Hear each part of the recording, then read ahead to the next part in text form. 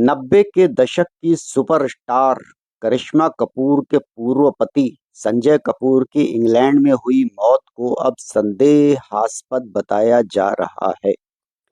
सोना कितना सोना है, सोने जैसा तेरा मेरे दिल में यूं ही रहना, गोरिया चुराना मेरा जिया। मेरे बाप के डर से, मेरे बाप के डर से यारा ओ यारा, मिलना हमारा। रोज रोज तुम जो सनम ऐसा करोगे। खबर है कि संजय की मां रानी कपूर ने इस मृत्यु पर संदेह जताते हुए ब्रिटिश अधिकारियों से इसकी सघन जांच की मांग की है।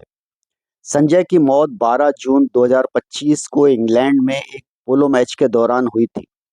मैच के दौरान उन्होंने गलती से एक मधुमक्खी निगल ली थी।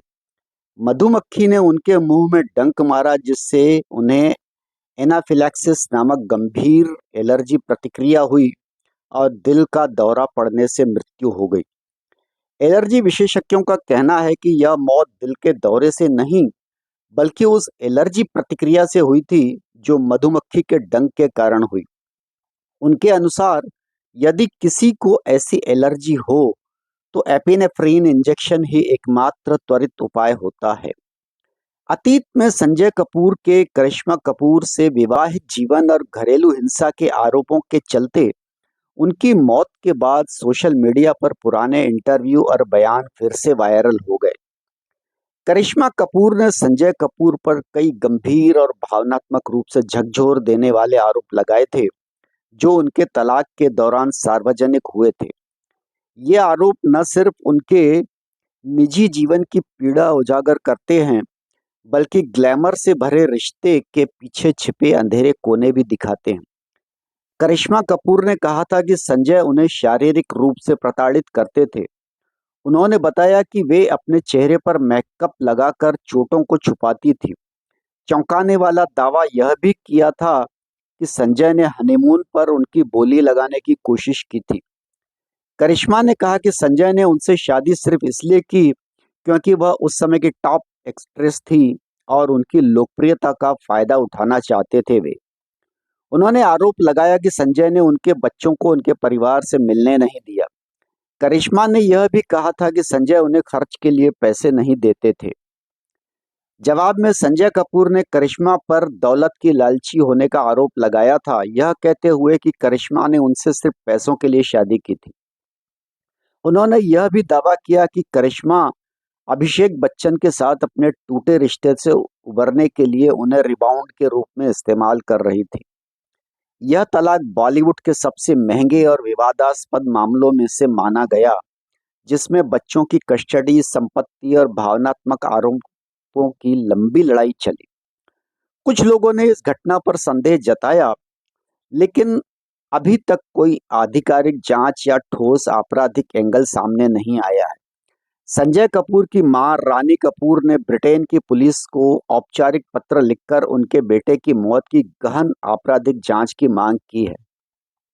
उन्होंने संजय की मौत को साजिश बताया है, जिसमें वित्तीय धोखाधड़ी, जाली दस्तावेज और संदिग्ध लेन-देन शामिल हो सकते हैं। रानी कपूर का कहना है कि उन्हें कुछ नए सबूत मिले हैं जो संकेत देते हैं कि यह एक योजनाबद्ध अंतर्राष्ट्रीय साजिश हो सकती है। पहले यह मृत्यु दुर्घटना मानी जा रही थी, लेकिन अब सोना कॉमस्टार के 30,000 करोड़ के बिजनेस साम्राज्य को लेकर चल रहे उत्तराधिकार विवाद ने मामले को पेचीदा बना दिया है। रानी कपूर ने ब्रिटेन में एफआईआर दर्ज करने और medical report, digital data, CCTV footage समेत सभी सबूतों की जांच की मांग की है।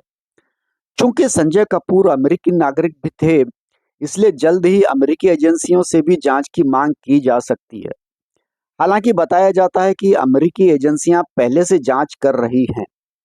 यह मामला अब सिर्फ एक पारिवारिक त्रासदी नहीं रहा, यह अंतर्राष्ट्रीय कानूनी और भावनात्मक लड़ाई बन चुका है। रानी ने अपने दिवंगत पति के साथ मिलकर स्थापित कंपनी सोना कॉमस्टार के भविष्य पर भी चिंता जाहिर की है। दूसरी ओर सोना कॉमस्टार ने दावा किया कि 2019 के बाद से रानी कपूर का कंपनी से प्रत्यक्ष या अप्रत्यक्ष रूप से कोई संबंध नहीं है। इससे पहले रानी कपूर ने कथित तौर पर बोर्ड को पत्र लिखकर आरोप लगाया था कि उनके बेटे की मृत्यु के तुरंत बाद उन्हें बंद दरवाजों के पीछे दस्तावेजों पर हस्ताक्षर करने के लिए मजबूर किया गया था, जिसे उन्होंने बेहद संदिग्ध बताया।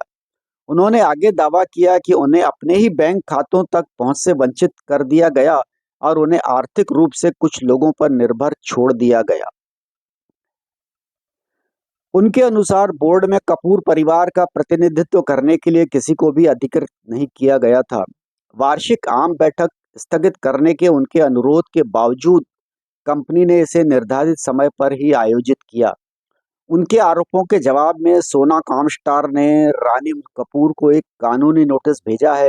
नोटिस में उनसे कंपनी की ओर से झूठी और नुकसान पहुंचाने वाली जानकारी फैलाने से रोकने की मांग की गई है।